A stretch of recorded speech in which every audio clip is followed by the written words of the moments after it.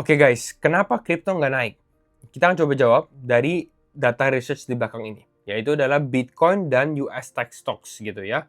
Nah ini adalah data korelasi antara Bitcoin dengan saham Amerika yang bergerak di bidang teknologi. Dan kita bisa lihat secara hasilnya, posisinya dari sini bisa dikatakan interlink. Interlink itu adalah korelasinya tinggi gitu. Apa sih artinya korelasi? Korelasi itu sebenarnya simpelnya adalah kalau misalnya satu aset naik, dan aset tersebut naik juga, itu korelasinya tinggi, gitu ya.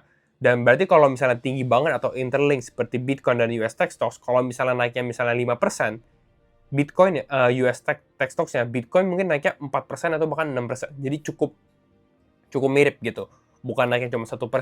Ya, jadi secara price action pun mirip. Dan ini yang terjadi, teman-teman. Kenapa? Karena kalau misalnya kita lihat di awal tahun ini, yang terjadi adalah dengan Trump masuk menggantikan ex-presiden Biden gitu ya, lalu mereka implement tarif dan lain-lain, itu kan membuat ekonomi sedikit goncang gitu. Nah, apa yang terjadi? Yang terjadi adalah saham AS sendiri mengalami penurunan, lalu tech stocks juga mengalami penurunan, apalagi waktu itu di awal tahun ada DeepSeek dari China, ya, AI itu juga menggoncangkan tech stocks di Amerika, makanya mengalami penurunan.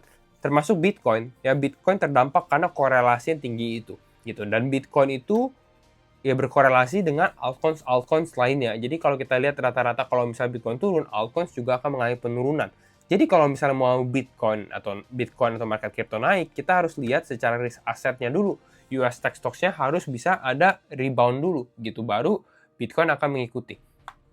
Gitu, karena Bitcoin itu kan aset ke-9 terbesar di dunia. Tapi kan kalau kita lihat ada Apple, Nvidia itu top 5 gitu ya dari market cap secara perusahaannya. Ya, itu aja jawabannya teman-teman, salah satu alasan dari hal ini karena ini menarik dan cukup penting untuk kita mengerti ya. Itu aja teman-teman, jangan lupa untuk follow channel ini, share or save videonya juga, jadi jangan lupa, dan ya see you all in the next video. Bye bye.